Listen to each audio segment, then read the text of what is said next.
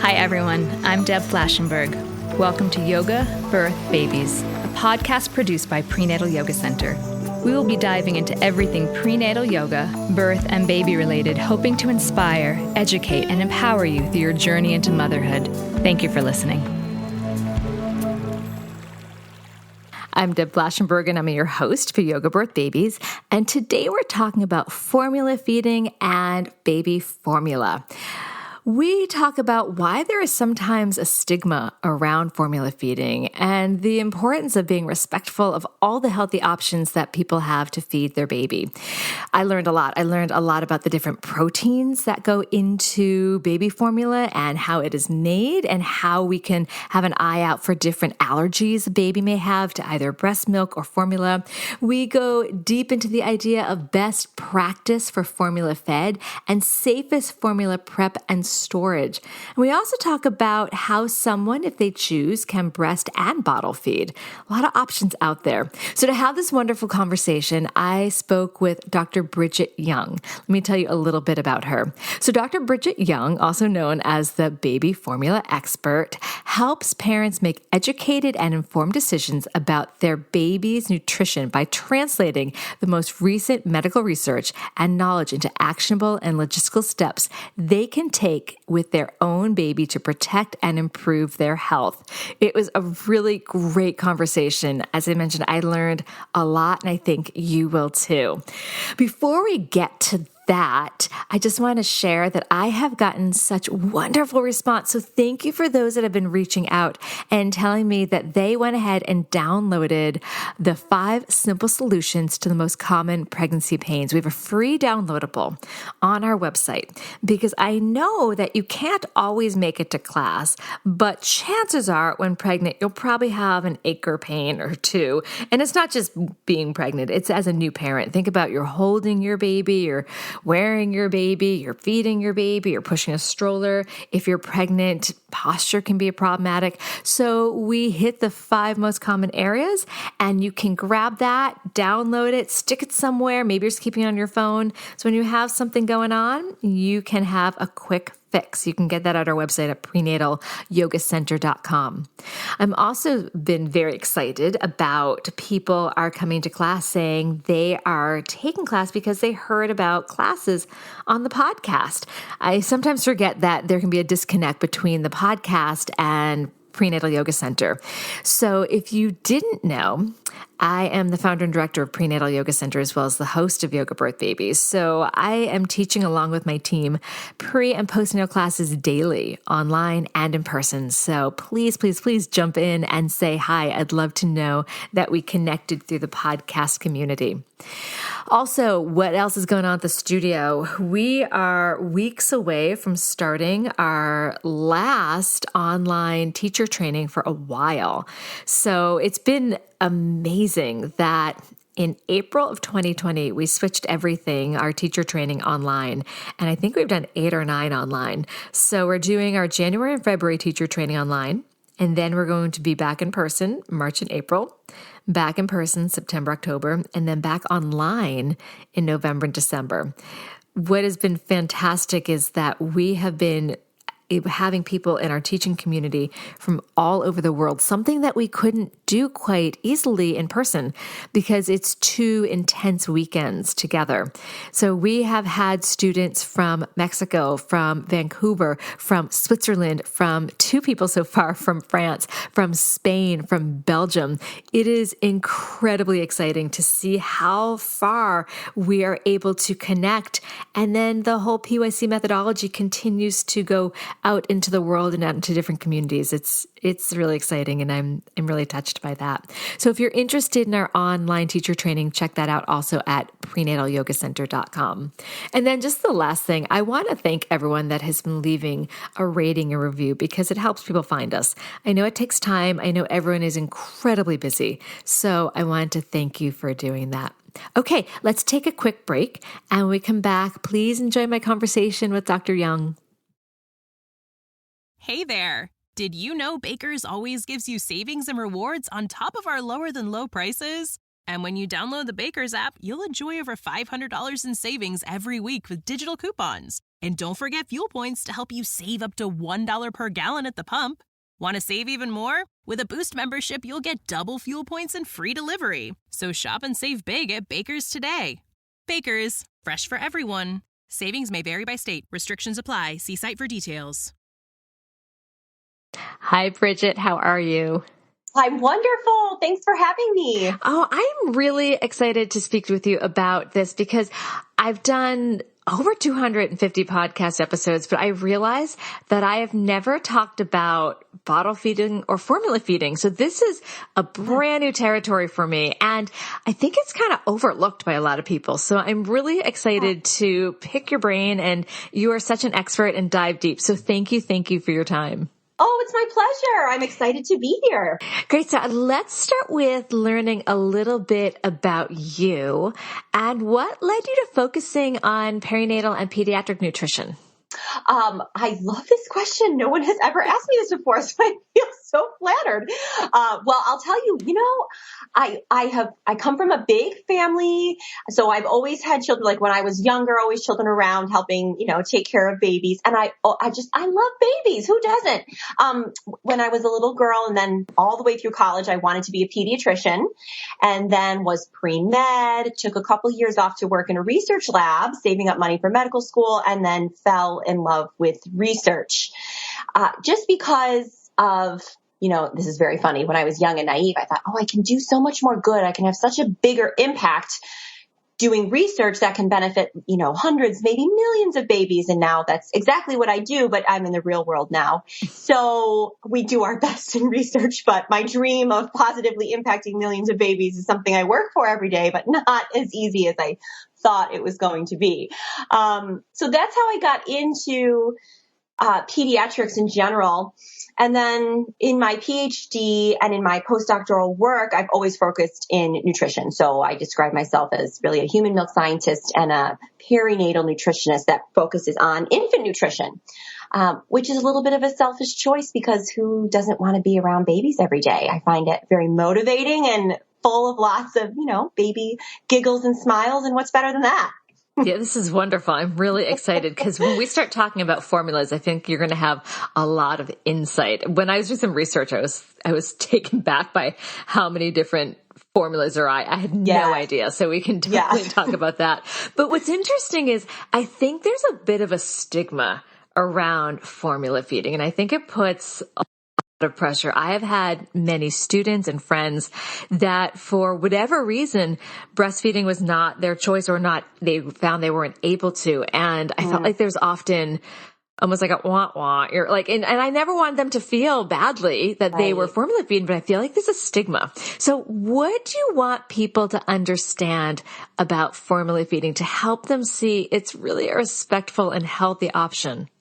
Yes. Well, I completely agree with you that there has unfortunately developed almost a cultural stigma around formula feeding, which is no one's intention. I think in the medical community over the past decade, we've done a really great job communicating the message that breastfeeding is recommended. Because decades ago, our country did not have very good breastfeeding rates. And, we set out to try to improve those. And breastfeeding rates are improving, which are amazing. But it's this unfortunate side effect that with the message of, please breastfeed, we want you to breastfeed, that a stigma developed around formula feeding for whatever reason that a family ended up using formula, either if it was their first choice or low milk supply. If you're a mom, we all know the hundreds of different reasons that you can end up using formula to nourish your baby. So I would want families to know several things. The one is more of, an emotional message that specifically speaking to mothers, that your worth, your effort, your quality as a mother has nothing to do with what you feed your baby. Do you nourish your baby and feed them? Yes. Fantastic. It becomes a very emotional topic for a lot of women in particular, and that really just breaks my heart. The second thing, which is more from a nutritional standpoint, is absolutely formula is not only a very safe option, formula is, in fact, the safest food in the United States. and I think we all would say rightfully so. It has very specific regulations in terms of the nutritional format that's regulated by the FDA. And all formula manufacturing plants are subject to inspections every year. There's surprise inspections. There's batch testing of every formula batch made to ensure that not only the nutrition is exactly spot on, but that there's no contamination, nothing that could make a baby sick. So it's really the safest thing that you can buy for your baby. So if you are either unable to provide breast milk or choose not to provide breast milk or any other reasons that you may use formula, it really is a perfectly safe and healthy option for your baby. And you should have no emotional side effects from feeding formula. That's important because I definitely know some people feel, they don't feel that it's the best option, but I'm really, really glad to hear you saying it is a really healthy choice. So I've had students talk to me about reasons they have switched to formula from breastfeeding, and some of it has to do with allergies. Oh, interesting. Sure. Yeah. So can you talk a little bit about what some indications might be if a baby has allergies from breast milk? Sure. Yep. I'm happy to talk about this. And I'll actually, frankly, it's going to be some of the same symptoms if you're a baby is having an allergic reaction to something in your breast milk, or if you are trying a new formula or exclusively formula feeding, if they're having an allergic reaction to something in the formula. So it would be both.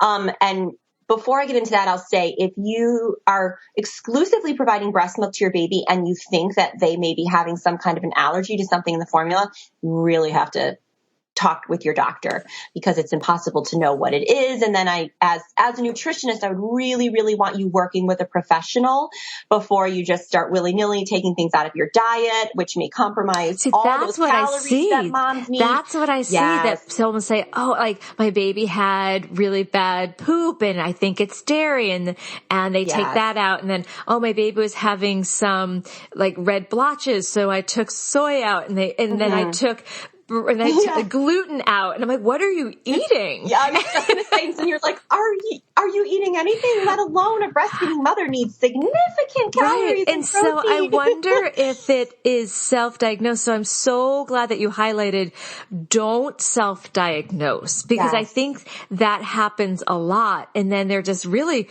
pulling everything out. I'm like, are you just eating like nuts and berries? Are you like what are you eating? So that's why I think it's important just to understand what some of these indications, and again, highlighting what you said, don't do it, don't take it upon yourself. Work with a professional. Yes. Because we won't harp on this anymore, but you obviously know that you need a significant amount of calories and protein to make breast milk.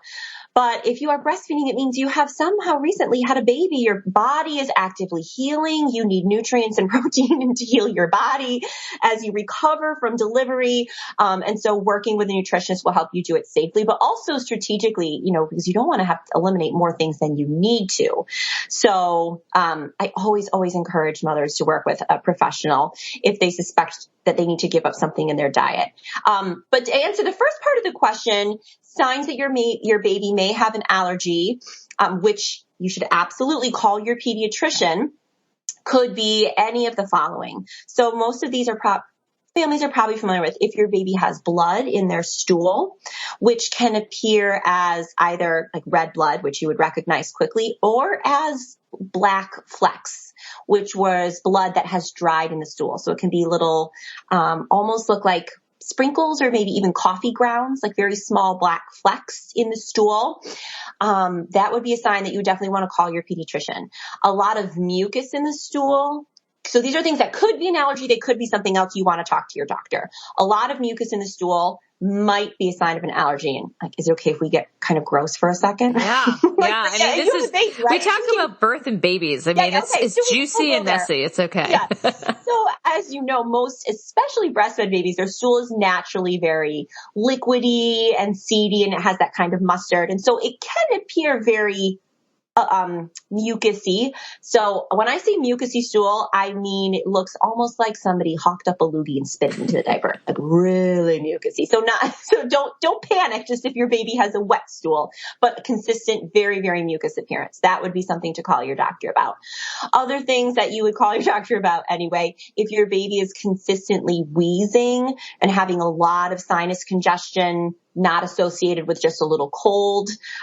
If they wheeze, especially after feeding, like after a bottle, you'd probably find that pretty alarming anyway, but you would definitely want to call your doctor and they might have you worked up for an allergy with those symptoms. Eczema on the body can be an allergy and it can be a load of things. Babies are particularly prone to eczema, but severe skin issues, you would want to talk with your doctor about. It may be something in the baby's diet, and it could also be just something irritating the baby's skin on the surface. So those are things that you would want to look for. So are these more likely this could be breastfed or formula fed, and then you'd want to examine the formula, or is this breastfed and the parent is looking to take things out of their diet? It could be either.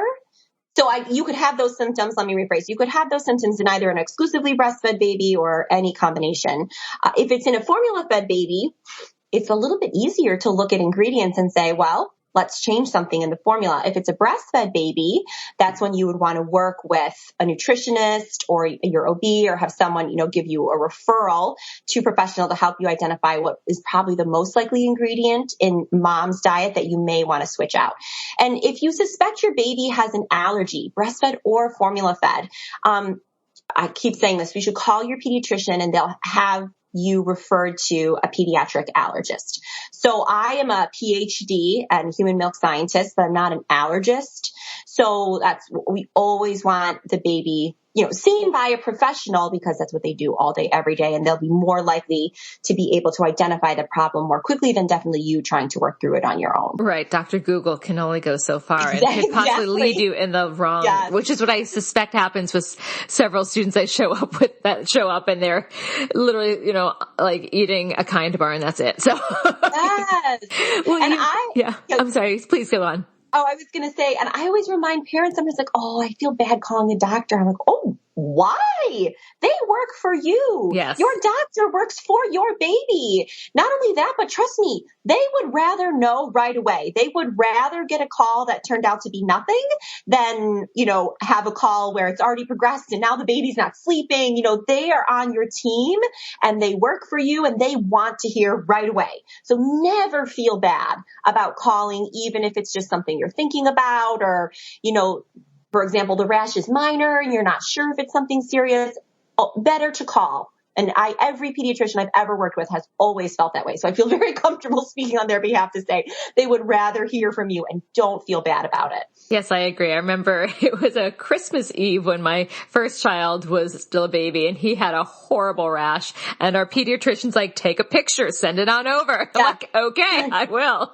No, I appreciate that. Well, so my next question kind of ties into something you were talking about earlier when we're saying if it was a formula fed, look at the ingredients. So one thing that I noticed when researching for this was the massive amount of choices in formula. Yes. I had no idea. It was actually very overwhelming. I had. Yes. So can you talk a little bit about the different options and how does one determine the right formula for their baby? Yes. Well, I think overwhelming is exactly the right word. And, you layer that on top of postpartum hormones. Yeah, I was just doing this for a podcast. I can't imagine being a sleep-deprived parent exactly. Who's just like, I just want to feed my baby. Right. Especially if you had intended to exclusively breastfeed, so you never wanted to be in that aisle in the first place. It is kind of nightmarish. I totally agree. So the reason that there's so many options can actually be empowering from a certain angle. So the reason that there's so many options is there's different ingredient options that formula companies can use when basically assembling a formula. So all formulas, just like all foods, are built out of proteins, fats, and carbohydrates, the three main macronutrients that all food is made of. So you can have different options of protein, different options of carbohydrates and different options of fats. And when you layer all those options on top of each other, you get permutations of choices. And that's how you end up with so many different formulas, which is very overwhelming. But I try to encourage parents. It's very empowering to think that because there's so many options, the perfect formula for my baby, which is the formula that, keeps your baby comfortable and happy and pooing and digesting easily, it's out there. It may take a little bit of experimentation to find it, but if you're making choices based off of ingredients and moving strategically, you will get there. So that's how you end up with so many options to choose from. So then how does somebody choose I don't want to say the right one, because you said there's so many options. Like, do they go soy-based? Like, there's just so many. Right. And then this might sound like a really dumb question. Do they taste very different? Oh my gosh, what a great question. Well, I'll do the taste one first because that one's easy. Yes. Okay. A lot of variation in taste. And a lot of that variation in taste has to do with the different types of protein that can be used in formula. Some have I would say, very specific funk to them. And any moms out there who have had to use a hypoallergenic formula, they know exactly what I'm talking about. There's a very specific funky flavor profile. So the taste can absolutely vary, but I'll add that for younger infants, especially newborns, but I would say up until like 4, 5-ish months, the taste, it doesn't matter as much to the baby. Once you're around the age of solid foods, when you can tell, babies definitely care about their taste preferences, the taste of the formula might make a difference, but I never incorporate taste. And I've tried them all. I've tasted every single formula, and I never would incorporate taste as, a reason why you would choose one versus the other. I recommend you make your choice based on the ingredients and match the ingredients with, what symptoms your baby may be having, what kind of problem you may be trying to address or not. So that's the taste. That's the taste. The taste question. And we can talk about protein options for a little bit if you want to go there. Do you want to? Yeah, just a little bit. I'm just curious. Yeah. I still have a ton of questions, but I'm just curious. What are a couple of the big protein options? Right. Well, obviously, this is hard for me because I literally could talk about this all day and every day. And I encourage anyone, if you want to nerd out, you're like a type A nerdy mom, go to my website and you can read to your heart's content about all the different aspects of formula. But I want to be sure all the moms listening get, I call it like a clinical tidbit that's going to, I think, be the most helpful when making a formula choice. So what most people don't understand about formula protein is that formula protein options come in different sizes. And by size, I mean like molecular size, the actual size of the protein, the individual proteins themselves. The reason this matters is because cow's milk proteins made by a cow for a baby calf, are really big. Like molecularly much, much bigger than the proteins in breast milk, the proteins that humans make for their babies. This is because you can kind of imagine growing a baby calf who's born being able to stand is really different than growing a baby human who can't even hold up its head for God knows how long. So there's very different evolutionary nutrient strategies there. So cow's milk proteins are really big, and that's in your standard formula. Most babies handle them just fine. They're bigger than they would kind of be expecting out of breast milk, but that's no problem. They can digest them. They grow. They're great. There are babies who do have a little bit of a hard time with these really big proteins. The bigger the protein, you can think about it like the more work that needs to be done to digest that protein down into a small enough size that the baby can absorb the pieces for the amino acids, which are the building blocks of proteins to help them grow. So formula companies all offer options that are called partially hydrolyzed, which is like a very scary term, right? It just means partially broken up. Hydrolyzed means broken apart. So just partially broken apart proteins. So the only way you know this is by looking at the list of ingredients, and you'll see partially hydrolyzed non-fat milk or partially hydrolyzed whey or even partially hydrolyzed soy.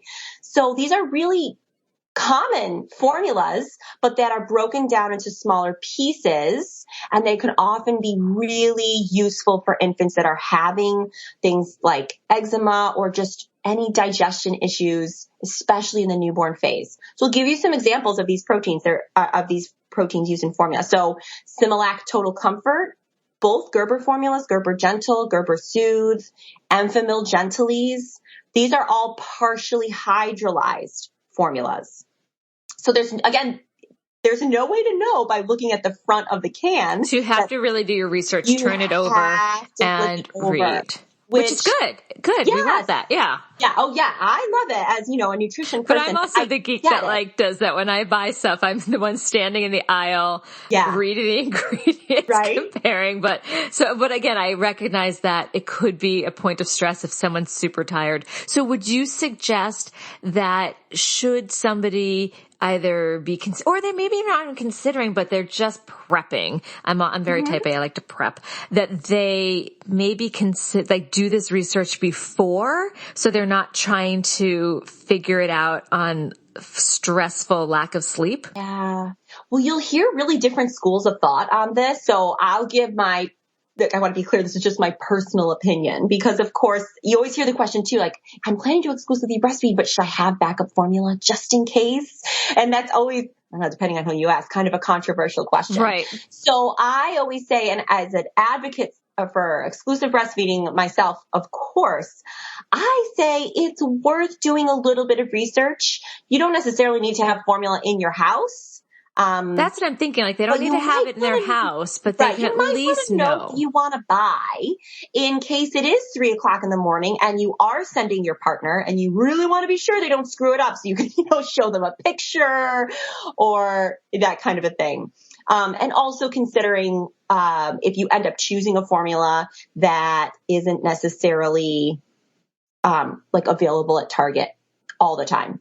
Or something that you might want to order online. You know those things ahead of time. And then if you think you're going to need it, you can order if you want. Or, I've worked with a lot of families who live in really rural areas and it's a really long drive to the grocery store for them. So in that case, they do want to have something on hand, so that they don't have to face an hour's drive at 3:00. I like the idea of again, this is just my opinion, of just the research. You don't have to buy it, but just to know that if you have that freak out moment, you're like, we just need this now. You're not going online and doing your research with kind of foggy head. Okay. We're going to be right back. When we come back, I'd love to talk, how can someone do both breast and bottle feed? We'll take a quick break. We'll be right back. Hey there! Did you know Baker's always gives you savings and rewards on top of our lower than low prices? And when you download the Baker's app, you'll enjoy over $500 in savings every week with digital coupons. And don't forget fuel points to help you save up to $1 per gallon at the pump. Want to save even more? With a Boost membership, you'll get double fuel points and free delivery. So shop and save big at Baker's today. Baker's, fresh for everyone. Savings may vary by state. Restrictions apply. See site for details. Hey there! Did you know Baker's always gives you savings and rewards on top of our lower than low prices? And when you download the Baker's app, you'll enjoy over $500 in savings every week with digital coupons. And don't forget fuel points to help you save up to $1 per gallon at the pump. Want to save even more? With a Boost membership, you'll get double fuel points and free delivery. So shop and save big at Baker's today. Baker's, fresh for everyone. Savings may vary by state. Restrictions apply. See site for details. Okay, we are back. So how can someone do both? They want to breast and bottle feed. Do babies go between the two easily? Yes, absolutely. So we can take a little tweaking depending on your baby and your breastfeeding journey, but absolutely. And I'll add, that's what the vast majority of infants are fed. Most infants in the United States start off breastfeeding and end up at least with some formula, which means they got both. So it's very, very normal and actually can be done really, really well to incorporate into your breastfeeding goals. What about, I'm very focused on this, but what about the taste? Doesn't breast milk taste sweet? And you just, I'm using the word that you chose, the funk. So would that cause a baby to be like, hey, give me the sweet stuff? Sometimes, yes. Sometimes it does. And this is just my personal experience in working with babies. It's always older babies that happens to. we have a lot of tricks that we can try to be sure that the baby ends up, getting the nutrition that they need. So I'll give you some best practices for mixed feeding. So both providing breast milk and formula in general. And then we can talk about some hacks if you've got a sommelier baby who's a little snobby and only likes mama's taste, which we've all worked with those babies. So in general, I personally recommend if you're mixed feeding that you do in fact actually mix as much as possible. So mixing breast milk and formula in the same bottle, or I totally count it if you're nursing at the breast and then you do a little top off with formula. I absolutely count that as mixing because it's mixing together in the stomach. The reason I recommend that is because breast milk is full of digestive enzymes. It's one of the reasons that breast milk is more easy for infants to digest than formula because breast milk is kind of digesting itself. It helps the baby do the work of digesting. So if you mix the breast milk with formula, the breast milk will start to work on the formula. So it does help the baby a little bit do that job with the formula. The kicker with that is if you're mixing, once you mix breast milk and formula in a bottle, you have to treat the bottle like formula in terms of storage. Meaning if you mix it and immediately put it in the refrigerator, you have 24 hours. If it's out on the counter, it's only 2 hours. And once it touches the baby's lips, 1 hour. So, pouring breast milk down the drain, it's like the worst thing in the world. So we want to avoid that at all costs. So when you're mixing, it's recommended to have a little bit of a strategy. So you offer a baby a mixed bottle in a volume that you absolutely know they're going to finish. And then maybe you can top them off with formula or have a second bottle prepared in the refrigerator, but you prepare so that you try to never be in the situation where you have to dump breast milk. Can we go further into that about the safest formula prep and storage? Because I'm not sure if that's something everyone knows. Yeah, so formula is obviously very different than breast milk. And because it doesn't have a lot of the antimicrobial factors that are in breast milk, we have very strict storage recommendations for safety to ensure that nothing can grow in the formula that can cause the baby an infection. Like number one priority is safety. So when you're making a formula, a powdered formula, after you prepare it, you can put it in the refrigerator and it's good for 24 hours. So for babies who are consuming a lot of formula over the course of the day, so if they're, for example, exclusively formula fed, I often recommend parents do this where you make a formula pitcher or kind of make your formula in a batch so that you only have to make it once, but you do have to use it within 24 hours and then you have to get rid of it. If you're making a bottle fresh, or if you are pouring out of your refrigerated stash, so you have the bottle out of the refrigerator at room temperature, you have 2 hours to use it. And then if you start a feed or if you've warmed up the bottle, once you warm up the bottle, and definitely once the bottle so much as touches the baby's lip, even if it's not warm, you have 1 hour before you have to throw it away. The reason these times are so strict is because formula obviously is very nutrient dense. That's like the whole point of formula. But that also means if we get any bacteria in the formula on accident, it can start to grow pretty quickly because it's so full of nutrients.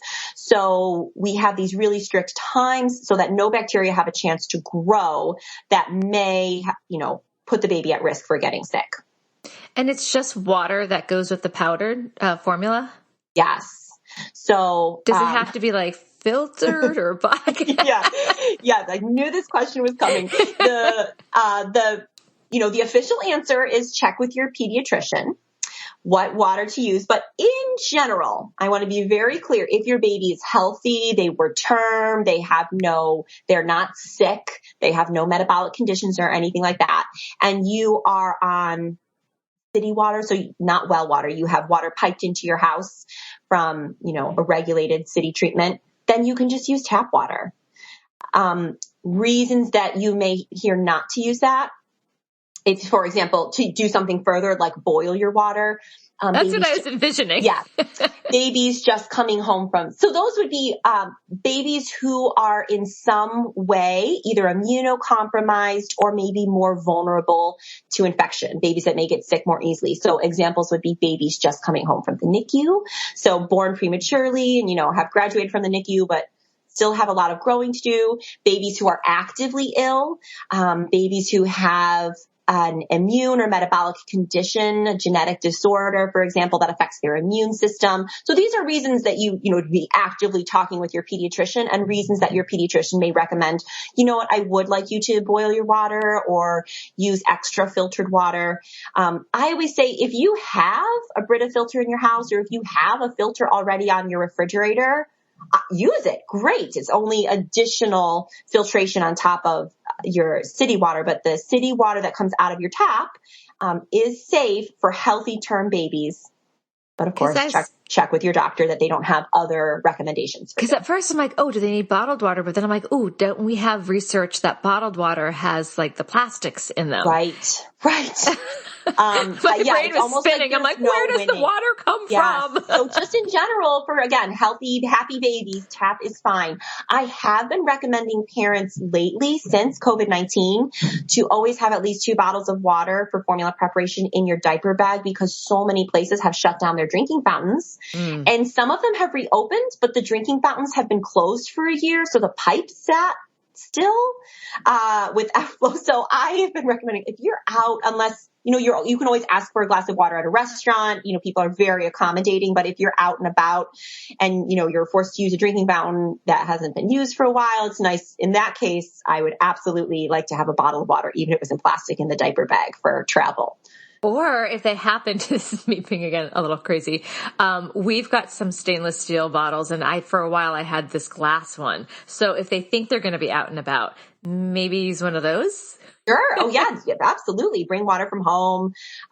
Yes. It's a little heavier. I do recognize that. Yes. So what are some of your favorite bottle feeding tips? Oh, great question.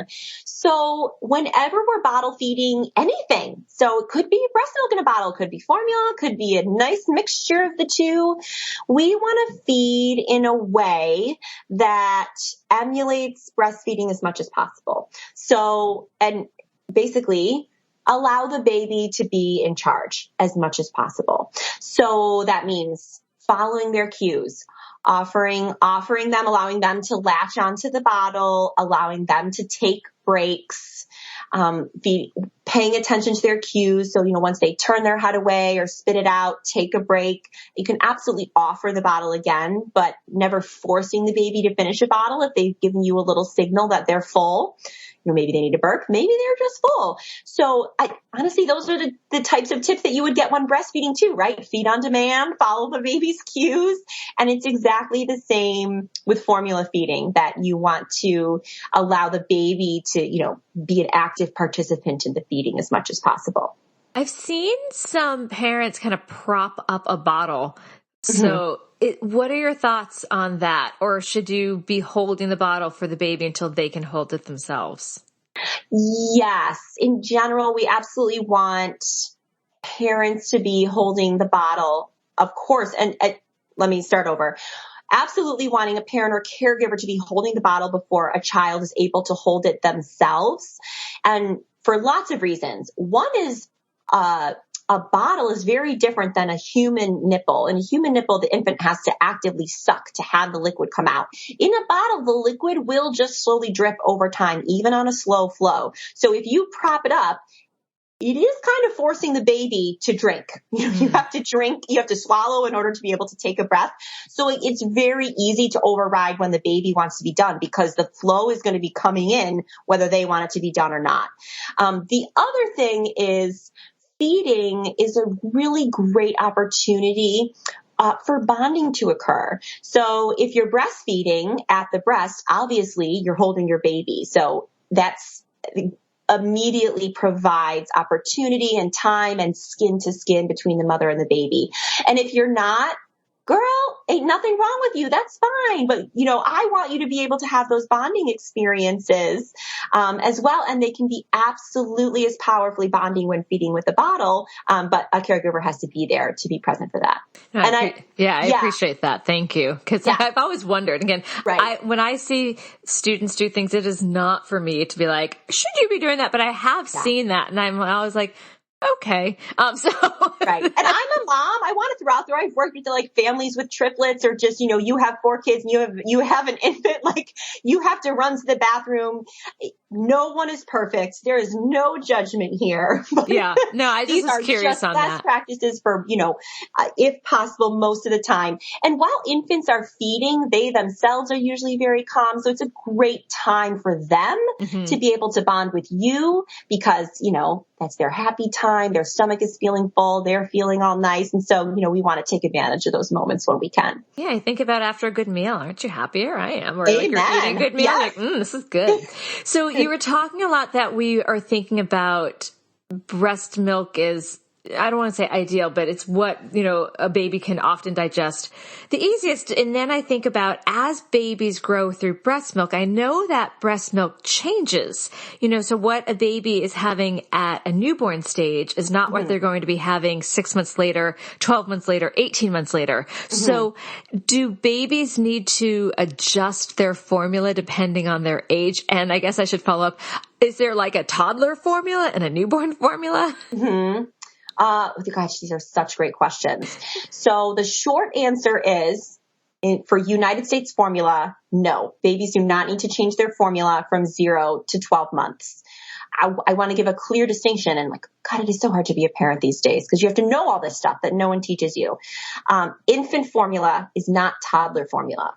So the phrase infant formula is regulated and it means formula. It's what we all think of as formula. Formula is a food that's provided to a baby between 0 and 12 months of age.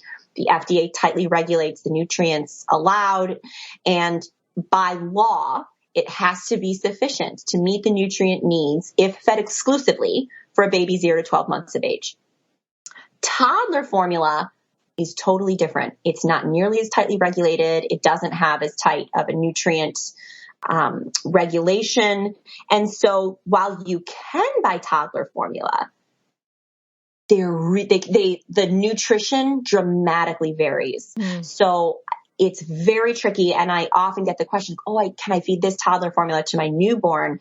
And I usually always say it's really not worth it. Some of them probably meet the guidelines, but some of them do not.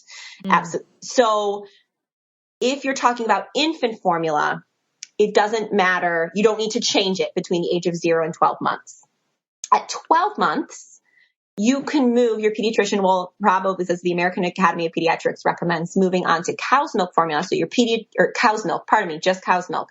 So your pediatrician will probably talk to you about that weaning off of formula and then offering cow's milk as a drink, if your family wants to do that. But you don't need formula after that point. Toddler formulas are available, but, in general, they're not necessary for healthy infants who after 12 months are eating food. They should be able to eat everything that you're eating. You're increasing the amount of solids they have. And so they don't need formula anymore. Could a toddler have infant formula if they like it? Yes, absolutely. There's nothing wrong with it. I don't want to speak for pediatricians, but the general stance is, you absolutely can. Yeah, you go to cow's milk just because, one, it saves you a lot of money, and it still hits a lot of big nutrition factors. Like it has a lot of protein, it has a lot of calcium, and the other thing is we want children at 12 months, introduce foods around 6 months, and then you start this journey of slowly ramping down the formula or breast milk until, as you ramp up solids, until at 12 months, you're getting most of your calories from food and still getting a couple snacks. If you're breastfeeding, you can breastfeed as much as you want. But if you were exclusively formula feeding, we would have wanted the baby's formula intake to come down to an amount, around 12, 14 months that they could naturally just transition that to cow's milk or some other drink and just have a couple little cups a day with meals.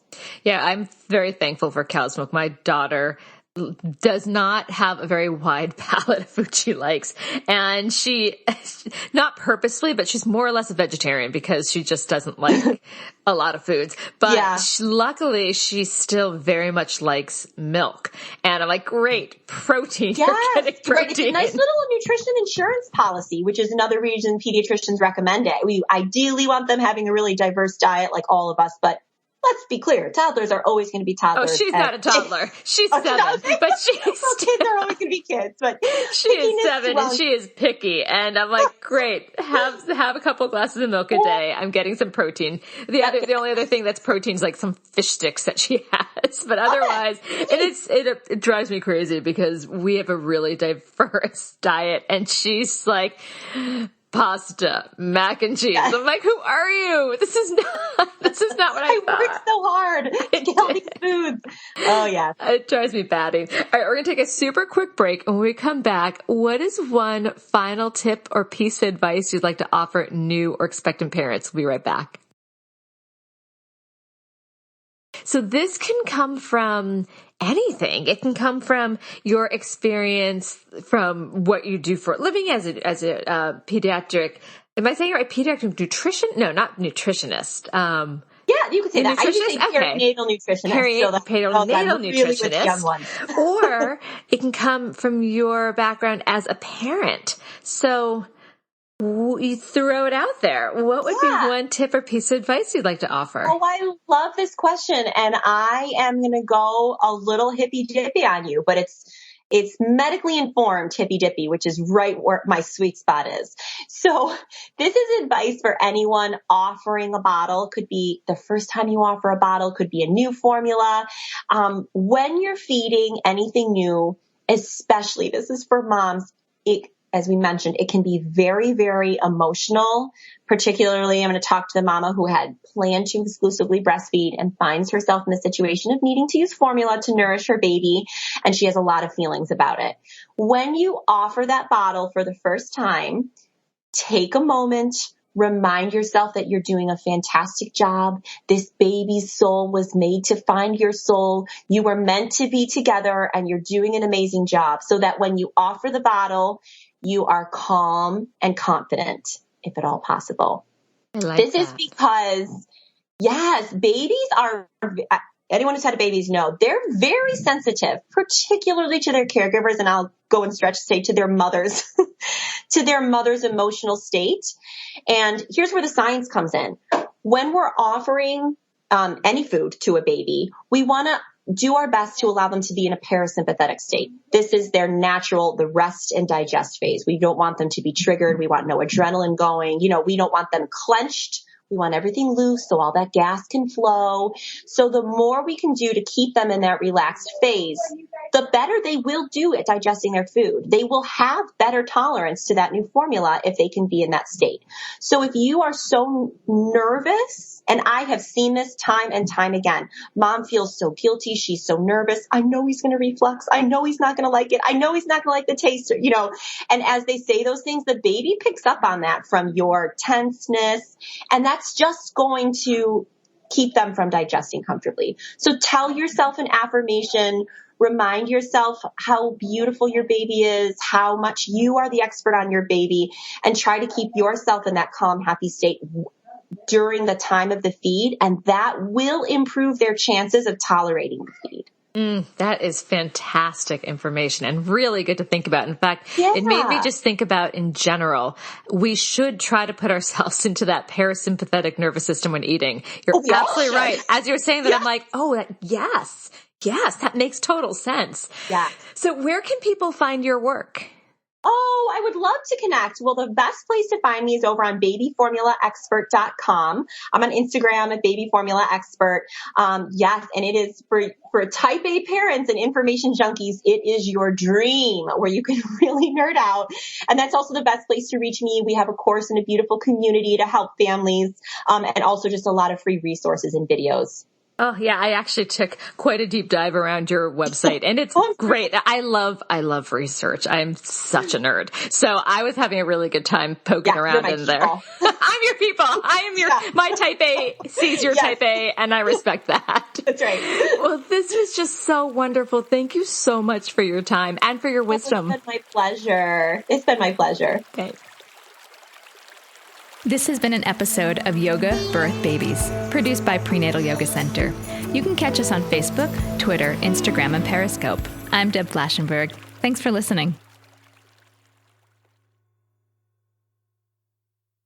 Hey there. Did you know Baker's always gives you savings and rewards on top of our lower than low prices? And when you download the Baker's app, you'll enjoy over $500 in savings every week with digital coupons. And don't forget fuel points to help you save up to $1 per gallon at the pump. Want to save even more? With a Boost membership, you'll get double fuel points and free delivery. So shop and save big at Baker's today. Baker's, fresh for everyone. Savings may vary by state. Restrictions apply. See site for details.